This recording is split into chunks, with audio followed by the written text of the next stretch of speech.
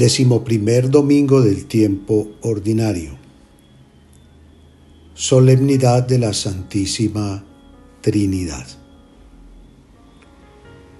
Hemos hecho todo un recorrido muy especial durante la Semana Mayor, la Semana Santa, luego la cincuentena pascual, que terminó todo con la gran solemnidad de Pentecostés del Espíritu Santo. A partir de ahora vamos a meditar en unas ceremonias, unas celebraciones litúrgicas muy significativas.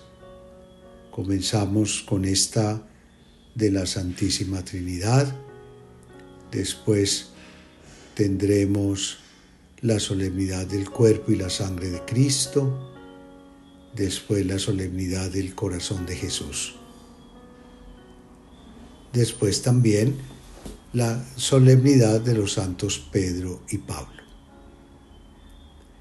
Estas ceremonias, solemnidades que se celebran después de la Pascua, complementan todo el itinerario de fe que vivimos en esos días tan especiales. Y después de Pentecostés, pues celebramos esta solemnidad de la Santísima Trinidad. Es un misterio que solo desde la fe se comprende. Es un misterio al que hay que abrirle el corazón más que la razón. Hablar de la Santísima Trinidad es fundamentalmente pensar en Dios. Y nos puede ayudar mucho el preguntarnos quién es Dios para cada uno de nosotros. ¿Qué papel juega en nuestras vidas? ¿Por qué y para qué existe Dios?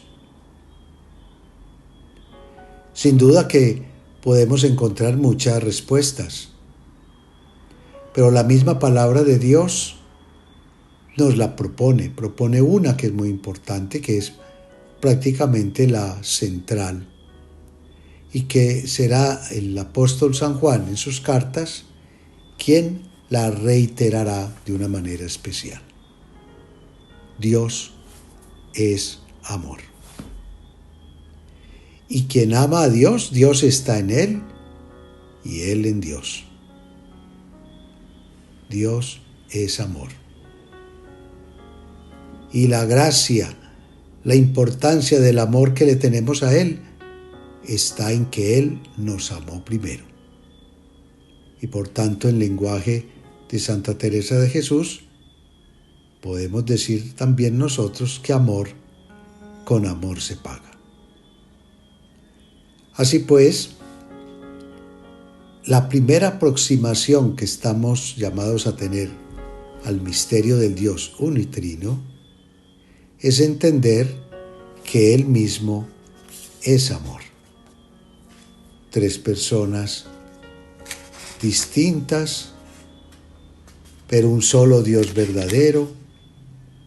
Tres personas distintas, pero una sola naturaleza. Y qué bueno que nosotros podamos descubrir esa dimensión del amor en Dios, de tal manera que Dios no es el justiciero, el que castiga, no solamente es el creador, sino que es la fuente misma del amor, de la vida, de la felicidad, de la esperanza.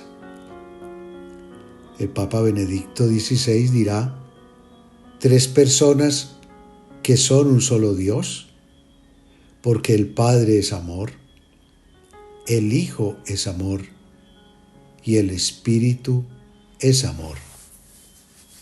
Dios es todo amor, dice el Papa, y solo amor. Amor purísimo, amor infinito, amor eterno. Si nosotros comprendiéramos esta dimensión sublime de Dios, que se fundamenta en el amor, podemos entender perfectamente por qué Él quiere que seamos bienaventurados cuando nos regala los mandamientos, que son medios, instrumentos para nosotros alcanzar la verdadera felicidad.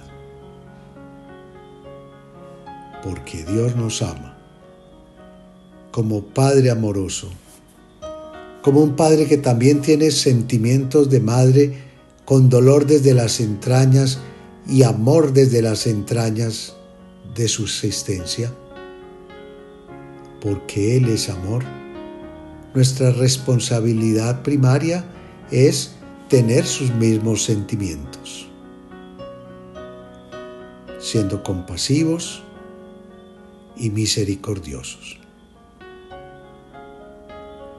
Cuando Jesús está con los discípulos, en más de una ocasión abordó el tema de la Trinidad, de pronto no bajo los esquemas teóricos, conceptuales que manejamos hoy con la teología que ha avanzado, sino en lo cotidiano de los diálogos y de la formación que Él les estaba ofreciendo.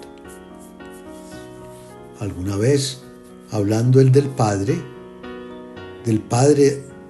del cual venía y al cual habría de regresar, del Padre al cual daría gloria con su pasión, muerte y resurrección, los discípulos le preguntarán: muéstranos al Padre. Ya les había enseñado la oración dominical: Padre nuestro que estás en el cielo, santificado sea tu nombre. Ante esa petición que hacen los discípulos a Jesús, que es válida para que Él les clarifique y les abra la mente frente a esa dimensión del Abba a cual Jesús se dirige, el Padre del cielo, Él les responderá: quien me ve a mí, ve al Padre. El Padre y yo somos uno. Es una respuesta contundente para que descubriéramos que lo que había escuchado en el monte Tabor, cuando Jesús también se revela su origen divino, cuando se escucha la voz del cielo que dice: este es mi Hijo, mi predilecto, escúchenlo. Allí Jesús entonces les da esa fortaleza, esa luz a los discípulos, para que se den cuenta que Él mismo es Dios. Él es el Emmanuel, el Dios con nosotros. Pero no solamente eso, sino que en Jesús se conjuga la dimensión del Padre, la realidad del Hijo, pero también es fuente del Espíritu. Y por eso, en su discurso de despedida, Jesús dirá a los discípulos: les conviene que yo me vaya, porque si no me voy, no vendrá a ustedes el Paráclito, el Consolador, el Espíritu de la verdad. Y como lo acabamos de escuchar en el Evangelio de hoy, cuando venga el Espíritu de la verdad, los encaminará hacia la verdad plena. Es decir, ese Espíritu les permitirá a los discípulos entender, recordar y comprender todo lo que Jesús había hecho. Pero como no son solo palabras o relatos o narrativas teóricas de Jesús, cuando se aparece a los discípulos resucitado, sobre todo en la versión que nos regala San Juan, Jesús sopla sobre ellos y les da el Espíritu Santo. Les dice: reciban el Espíritu Santo. Y sopló sobre ellos. ese soplo del Espíritu es el que a su vez los constituye a ellos en misioneros. Por eso el texto bíblico de San Juan hace ese énfasis en que recibido el Espíritu Santo, ellos se llenan de la fuerza de Dios para anunciar en su nombre el perdón y la reconciliación. Jesús mismo insiste como el que beba del agua que le da, nunca más tendrá sed. Y el apóstol San Juan, el evangelista, explicará esas frases de Jesús. De esa agua, Jesús hablaba del Espíritu Santo que habrían de recibir. En síntesis, esta solemnidad de la Santísima Trinidad es la ocasión para renovar nuestra fe, nuestra comunión, nuestra esperanza en Dios, en un Dios que está en nosotros, que vive en nosotros, que actúa a través nuestro. San Agustín se preocupaba en esa búsqueda de Dios y logra concluir con esas hermosas palabras que encontramos en el libro de las Confesiones. Y yo te buscaba por fuera, pero tú estabas dentro de mí. Que esta solemnidad de la Santísima Trinidad, del Dios uno y trino, nos permitan pues ser hombres que damos testimonio de la divinidad que habita en nosotros, de ese Padre, Hijo y Espíritu que nos hacen discípulos misioneros en el mundo. Cuando sacamos a Dios de nuestras vidas, todo pierde sentido. Ya se lo decía Jesús a los discípulos en la parábola de la vid y los sarmientos. Sin mí, nada son. Si sacamos a Dios como muchos lo están haciendo, la vida se pierde, no hay valores éticos ni morales, todo se vuelve relativo y entra a dominar la fuerza del maligno, del pecado. Dejemos que Dios habite en nosotros.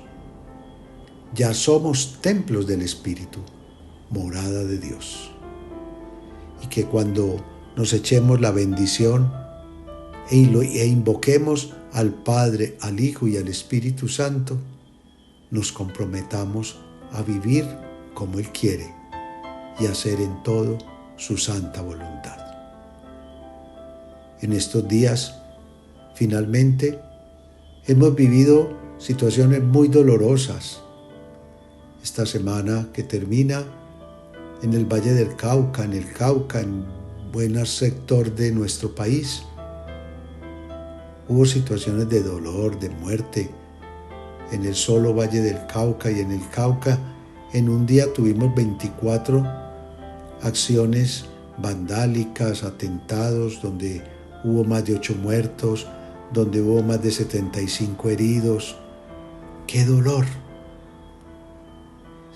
Y yo puedo concluir que todo tiene su fundamento en que hemos sacado a Dios de nuestras vidas. Si Él reposara en nuestros corazones, no actuaríamos de esa manera. El ser humano no se movería por el odio, la venganza, la retaliación, la violencia, la muerte.